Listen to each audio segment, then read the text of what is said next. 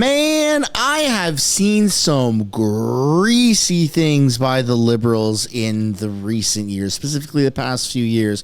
But what they are doing now, what some of them are doing now, is absolutely disgusting. Now, I don't have enough time in a 30-minute video, hell, even a 3-hour video to discuss all the different corruption from all the different Liberal and NDP MPs. So narrowing it down to one specific individual, Randy Boisso, who's accused of being not the other Randy, but the other Randy. It's a long story, but nonetheless, he's accused of this numbered company that he has that has a lot of this controversy for getting, using inside information, inside government positions to get these government contracts.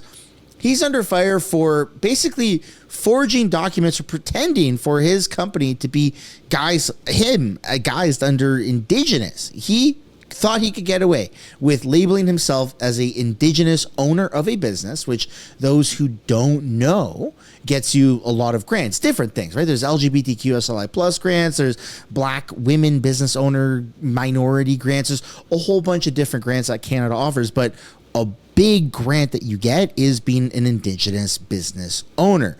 And he thought, as a pasty white guy, that he could get away with that. And that controversy is following him to the polls and to the mainstream media. So we're going to start off with that, along with take a look at a bunch of other things that are happening here in Canada. And this is all brought to you by CBC. CBC interviewers, or reporters rather, are having insane meltdowns over this, which is crazy. It's actually bananas to think that the mainstream media is turning on Justin Trudeau and his Liberals so hard. But hey, we are here for it, and I can't help but smile. Welcome back to the channel. Welcome back to another video, everybody. Before we get into it, I do want to encourage y'all to give a big fat like on the video. It does really help push it out further, as well as subscribe to the channel if you haven't yet already. And if you want a matching sticker like the one here on my microphone, keep calm and never vote Liberal, then feel free to click the link at the top of the description, and then you'll find this awesome sticker pack right here.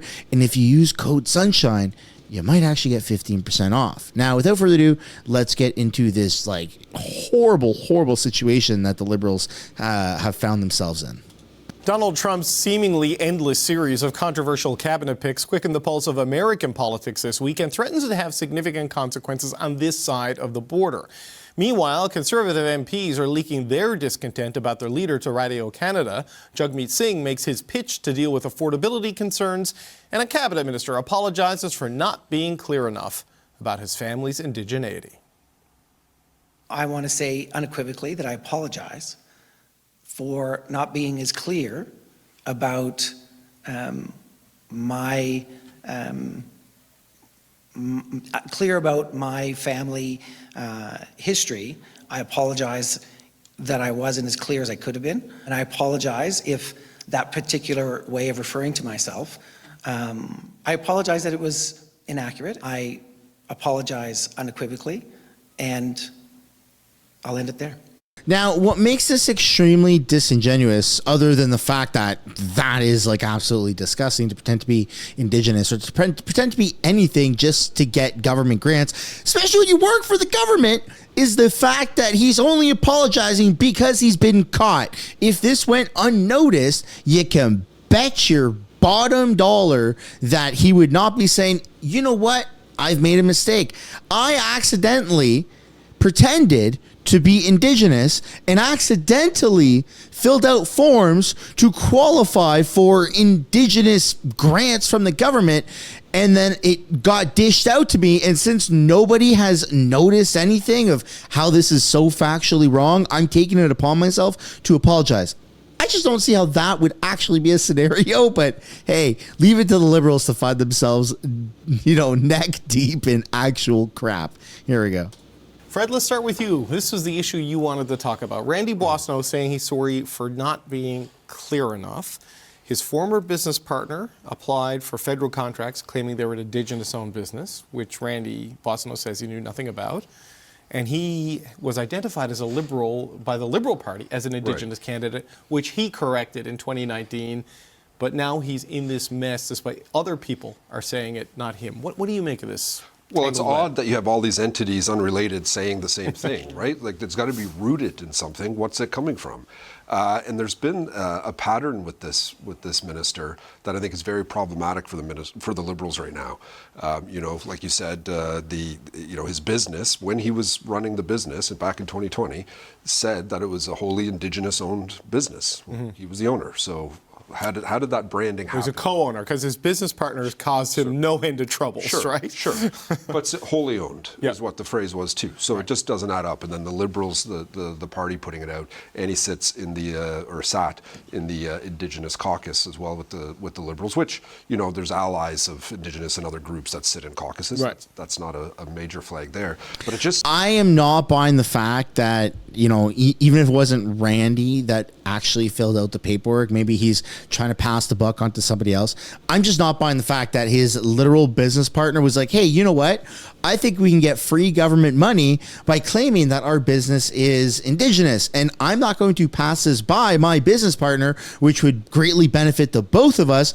I'm going to do it and take it upon myself to put this through, which could absolutely jeopardize this federal MP, Randy Boisso, if the public ever found out. But hey, what's the worst that could happen? I just do not see how that is a possible scenario. It's just not. It doesn't make any sense. In no world has that happened. They absolutely knew what they were doing. They got caught with their pants down, and now they're trying to do collateral damage. Dude, how many more scandals is it going to take for these Liberals to go through, either collectively, individually, it doesn't even matter, before there's some sort of actual action that's taken, like repercussions, like, have to step down, leave without pay. Like, I have no idea. This is craziness. It's bananas. Seems a weird pattern that all these things happen, and haven't even touched on, the ethics probe that is going on with his business dealings and how they're dealing with the government. This is a big problem for the Liberals, where it's eating up a lot of oxygen right now. It keeps coming up. There are these text messages from his business partner, former business partner, about how, that Randy was saying this and that about dealing with the federal government. He's a cabinet minister, and the Liberals are in a tough spot here. I don't know how they can deal with this. Whether they, if they were to remove him, it's admitting guilt, but if they keep him, it feels like there's just going to be continuation of problems with this guy. Greg, it's interesting because in 2019, the party identified him as an Indigenous candidate. I went back and looked at an article on the CBC webpage that has a clarification in the bottom saying that Randy Boisso reached out after he was identified as Indigenous and said, I'm not. I was adopted into a family with Cree connections.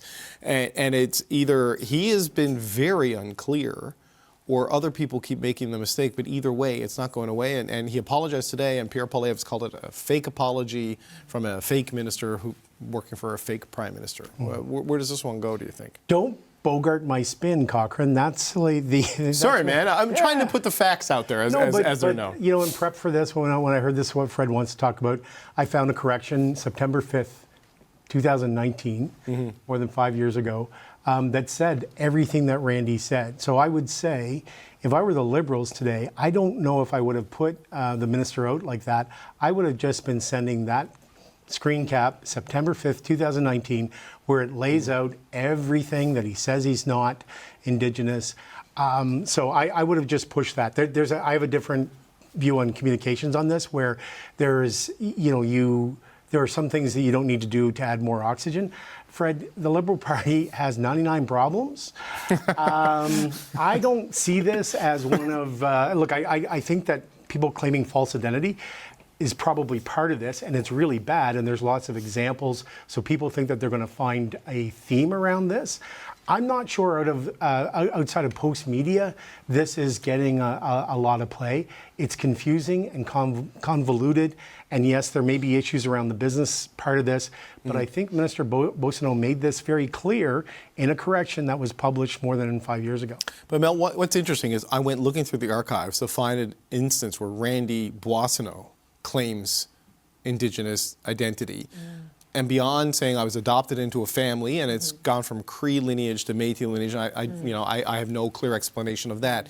He never says it about himself. He says it about his family, and that doesn't seem to be in dispute.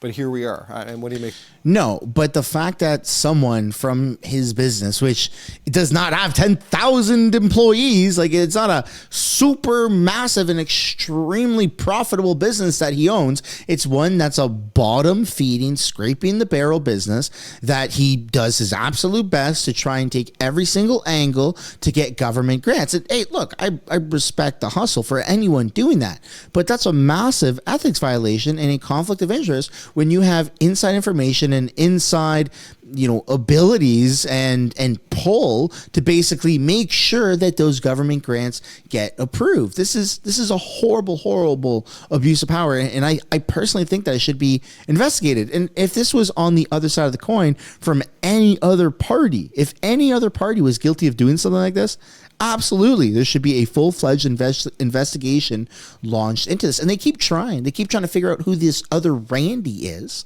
that's come up in text messages and in emails, but there's yet to be proven that there's another Randy. So I don't know if he's using a pseudonym, which would be his own. It's all very, very confusing. But anyways, let's continue. Make of all this? Yeah, I find Pierre Poilievre's response a little bit interesting, and I think this is a delicate subject to be talking about, not because of what was said or what wasn't said, but also because it's I don't think it's up to us to either accept the apology, but it's also something important. So if there's a few Indigenous people who were quoted in some of the stories that were written about it that were saying that this isn't okay. So I think we listen to Indigenous folks to whether or not the minister's apologies, what he has said, what he has not said, the fact that it wasn't clear. I think that's kind of where we need to lay the weight of what this looks like at. I think the bigger problem is this business tie and what comes of this. And if this was, your point about wholly Indigenous owned, like that, those things are problematic. So I think I hear your point of this is something that the government's going to have to handle, and how do they do that? I don't know. I think that this is something that's going to keep coming up. But on the issue of, what Minister Boisso has or hasn't said, I think it's just delicate. It's also, that's your family. These things are hard sometimes to talk about. So maybe I'll leave it there. So, but Fred, just to close the loop on the business partner, found, I think, they're trying to drag him before the bar of the House, right? Because of his failure to disclose certain things of committee and misrepresenting things, and he's the guy who started the other Randy thing. I mean, could this be that it's just he got into business with the wrong guy, or do you think there is something more nefarious with Boisso directly? Well, there's again, it looks like his business partner, if he's not disclosing stuff to the House, that is problematic, and he's got to be called to do that. But that a cabinet minister went into business with someone like this, that is problematic. But at the same time, there's a pattern here with him. And there's another issue that I read in CBC today online, was how he refers to himself as a non-status adopted Cree, that he was told by an Indigenous researcher he could say, and then it was that researcher saying that's not true. Like, it's just continuation of a pattern. Yeah, the phrasing. There is a disagreement in what the phrasing should be. It just keeps coming out, just new statements and changing stories with him that I think really calls into question maybe the business partner wasn't the problem. Okay. All right. Moving on to Greg's pick. This is a story my colleague Christian. These ethics violations, these really shady moments with Randy Boisso, they keep happening. And when it's this controversial, when something like this just keeps reoccurring time and time again, I think that it's not really a stroke of bad luck. And I think that this individual definitely needs to be criminally investigated. He's obviously using his positions of being a federal MP to try and gain an immense amount of monetary value at the taxpayer's expense, using his position as a federal MP to try and get free government grants. And look, grants are applied from all types of different people and businesses, whether it's legitimate or whether it's just check boxes that people do to get them. I get it, right? Respect the hustle. It is what it is. But when you're a federal MP, it's a little bit different. And what he's doing and trying to play it off as, oh, it's not that big of a deal. I didn't know what that was. Wow. I've been saying that I've been adopted by a Métis family for a long time, but I've never claimed that I'm actually Indigenous, but my business tried to. Come on, dude, that's pretty sketchy, but that's my own personal opinion. I would absolutely love to know yours. And then we're going to take a look here at a different topic. Here we go. Jean Noel with Radio Canada was on the show last night talking about a story he did. Conservative MPs unhappy with being told they're not allowed to ask for Housing Accelerator money and having their names released, Greg, without their knowledge that these are the people who have applied for it. And we had a mayor on from New Brunswick saying, this is bad move. What do you make of this story? So just the backstory on this is that one day in the House, Minister Sean Fraser, in response to a question, pointed out that he was getting letters. He said, perhaps at the first time, just a letter from Conservative MPs looking for support from the Housing Accelerator program. And I remember thinking at the time, if there's one, there's probably going to be others. And the next couple of days, there were others, and I thought, oh, there's probably still some more that are working their way through the system. So I think now the count is at 17 Conservative MPs that think this is a good enough program to advocate for support in their community from this program. And they got in trouble for it, and they got in trouble by their leader and their leader's office. And I will say this, about members of Parliament. Having been a staffer, there are a ton of MPs that can really, get on your nerves. But at the end of the day, they put their name on the ballot and the staffer did not. Mm-hmm. And the thing that I had the biggest surprise over in that article when it was revealed that in an attempt to get out ahead of Minister Sean Fraser's pushback on this, they released the names, but they didn't tell the 17 MPs that they were going to do it. And that is a hell of a thing to find out if you're a member of Parliament and you hear on the news that your name is there, your letter is there. And, the Liberals ran into this a couple of years ago. I was a big advocate for an inquiry to be called into the massacre in Nova Scotia. And the Liberals had something around that. And boy, Liberal MPs were really quick to come out and say, no, I did not agree to put my name on that letter. Yeah. You do not touch that stuff. It is their reputation. They're the people who have decided to run. And I thought, for a caucus that is really, really strong in terms of caucus management, there's a lot of fear. He's got the carrot and the stick. And that, the carrot obviously is going to be if they win a cabinet post. But all of a sudden, you've got leaks and people aren't happy. I think it was significant. Yeah, there's a difference, I guess, Mel, between caucus management and caucus discipline. Mm-hmm. And there's a strong caucus discipline, but what we're seeing now is that, there's no real disputing this story from anybody or saying it isn't true. Well, what does it say that this many MPs or people in the caucus are frustrated with being told you can't advocate for your constituents? Right. I think most people, when they run for, elected office, they run because they want to make a difference in their local community. They want to, make things better. They want to help people. And this program is a way for them to do that. So they probably, saw what they could go get from the fund, and we're probably working with local stakeholders, probably working with people like mayors, like other folks in the ridings to get this going. And to hear that you can't do that is probably not fun. So I appreciate the discipline. What I'll say from a communications perspective is I used to hate when my MPs would stand with other MPs to make an announcement. It was always like, if you have something important to say, it would be great if you could stand on your own and do it. So I understand the how do we communicate this while we're still opposition, but you go to Ottawa to make a difference. You go to Ottawa to make things better, and being told, no, you can't do this. And it's so partisan that now you can't even access the funds, which means you can't help the people in your riding, to me is overplaying. It's bad. And then how do you go back home and say, my guy is in it for you, but actually, no, he's not, because he doesn't want me to help you, and we can help you with this. It's just bad communication, so I don't think it's going to help. I think that a lot of people started off maybe with this type of mentality where they would, want to do the right thing and serve the public. I don't think all politicians right from the get-go get into it with, the intentions of being corrupt and just trying to be a money grab.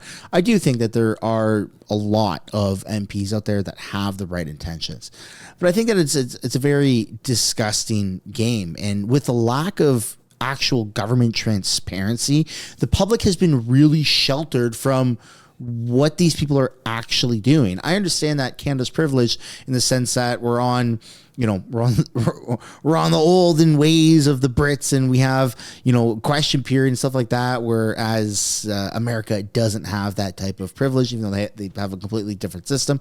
I get that we have the ability and the privilege to see our prime minister, whoever it is, actually debate most days of the week when he is available in our nation's capital. That's a really cool and phenomenal way to see how they actually answer questions or don't answer and act under pressure. That's cool. But there's a massive level of lack, I guess, of government transparency where we don't really know a breakdown of like our taxes and what percentage of our taxes gets divvied up into what sectors. Or when we decide our government, whoever it is, in this case, Liberal government, decides to spend 8, 10, 12, 20 billion dollars on, let's say, funding wars in Ukraine and like Israel and stuff like that. Why? Like, that's not something that people voted for. That's a lot of money, and that's just left to a few people to handle the fate of like our economy, basically. And they keep mismanaging this. And so I think that, and there's way more examples that I could give, I just don't have the time to in this video, unfortunately. But I think there needs to be definitely a massive revamp of how government is maybe not necessarily structured, but how they actually are transparent, or in this case, lack of transparency, because that's something that people really want. And something I do appreciate with not necessarily these reporters on CBC, but over on CTV with Vashi, is she's been asking some pretty tough questions. And I don't see eye to eye with a lot of what she says, but she has been really bold. And it's not just to the Trudeau Liberals, it's also been to conservatives. Like, she says, hey, you're not answering the question. That's not at all what I've asked. Why aren't you answering the question? We need more of that. We need more, like actual journalism by the mainstream media, not just biased conversations that are happening. We need to be criticizing policies, criticizing the way these politicians are handling things, or else we're at risk of getting to where we are right now, an overly progressive and radical government that can't get stuff done, that's driving us into insane amount of inflation and insane amount of debt, and is sabotaging global relations every day. Like, we burn a bridge with a new country. So not a good place for Canada to be in. But again, that's my own personal opinion. I would love to know yours. And to wrap things up with this video, we're going to take a look at Jagmeet Singh, because I mean, even CBC is like, Jagmeet's kind of pandering a little bit to certain voters with some recent stuff that he has said. He gave a big speech in Toronto that I don't think got a lot of coverage because Taylor Swift showed up the same day. But he laid out some ideas. What do you want to focus on there? I mean, I'm super excited that Taylor's in Canada too, so I get it. But no, yeah, I really liked the announcement yesterday. I always find it interesting when Jagmeet goes to that business room and kind of talks directly to them and says, we're going to do things that you're not going to be happy about, and we're going to do things that, you may be happy about. So I thought that was an interesting speech. But what I really liked is New Democrats, we were talking about this actually last week, how do you show people that you can help them today, tomorrow, and a few weeks from now? Usually, the NDP has these programs that they want to bring in that will make a real difference in people's lives, but maybe it takes a while for folks to feel the impact, for folks to see it impact their family budgets. Whereas, the announcement that he said of taking the tax off of essentials is something that people could see right away, that people could see it having an impact. Home on their heating, family cell budgets. phone bills, internet, diapers, kids' Exactly. clothes, these sorts of things, prepared meals. So I thought that was a really smart announcement of, we care about tackling the systems that are making things harder for people, but we are also listening to folks. We hear that you're having a hard time, that you're having to stretch your budget, and this is what our proposal is to help you in that. So I thought that was a smart announcement from Jagmeet yesterday. Fred, it's a play on the affordability agenda, right? After we talked at length last week about the Democrats sort of losing that message, the new Democrats are focusing on things that do actually sort of hit people, not just the very vulnerable, into that middle income earners as well. Yeah. welcome to the show. You know, it's been 2 years. We've been dealing with affordability. Welcome it's good to the that show. another party is finally trying to put something down on it. I think it's great. That's a huge compliment, Mel. You should absolutely take that. But no, look, it is good to see that the NDP is in favor of some tax cuts. It's not typically the party of that. Of course, they have massive programs that they want to fund. So I don't know how all of this is going to work, where they're going to cut tax and build up and expand all the other programs that they want. But yes, as opposed to the deeply detailed policy clarity that your crowd has put on the table and how they're going to pay for everything. No, but like to be fair to I think Jack Layton has wanted to take the HST off of tax cuts all the way back. Yeah. But Greg, this is everyone is moving in this direction. And Fred's kind of right though. All of these affordability things, we're seeing this in the Nova Scotia election. It's giving up revenue, right? When there's still all these other things you have to deal with. But they've got a coherent message on this. What's your thought there? Yeah, the accounting's separate. This was exactly what we were told following the election in the United States that people want to hear about. Yes. And the challenge is it didn't really break through. There are challenges, but you spoke last night, I think you really upset the apple cart, where you gave a projection about what it would be like with under a Conservative government if they cut the CBC and they cut the subsidy for newspapers. We're going to have even bigger challenges. I think about what I did on 2 national campaigns, trying to get the message out. And the challenge right now, good announcement. It's what people are supposed to want. How much of it actually broke through? I think, I look at that and then I think, wow, what's it going to be like during an election when you're competing with all of this? I think it's just about being consistent. Like the Jagmeet just now needs to be consistent. The party just needs to be consistent, and they need to be like talking about it everywhere. It's right? the same message nonstop. And you need to share this everywhere. Yeah. Maybe the announcement wasn't, totally covered yesterday. That's fine. You'll have opportunity after opportunity after opportunity. You just have to take that opportunity.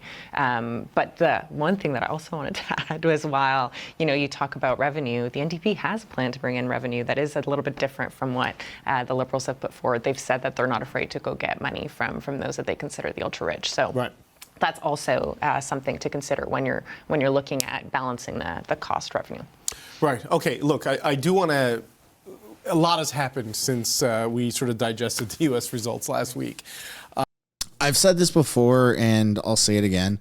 I personally think that Jagmeet Singh is the literal worst politician here in Canada. You see, Justin Trudeau was born into this. He was indoctrinated. He was groomed. He didn't necessarily choose politics. I mean, he is a consenting adult, and I guess he's chosen this path, but it was already paved beforehand since the day that he was born, given that his family has been very in bed with politics. His father was prime minister and, Fidel Castro. So there's all that stuff. Anyways, Jagmeet Singh chose this life. He wasn't born into politics. He actively chose it. And maybe once upon a time, like a very, very thin percent of maybe once upon a time, 0.5%, half a percent, Jagmeet Singh's intentions were good at the very start for like a brief second, probably as long as and it's over. Like that's how good of intentions he's had. Just a short little spat in time.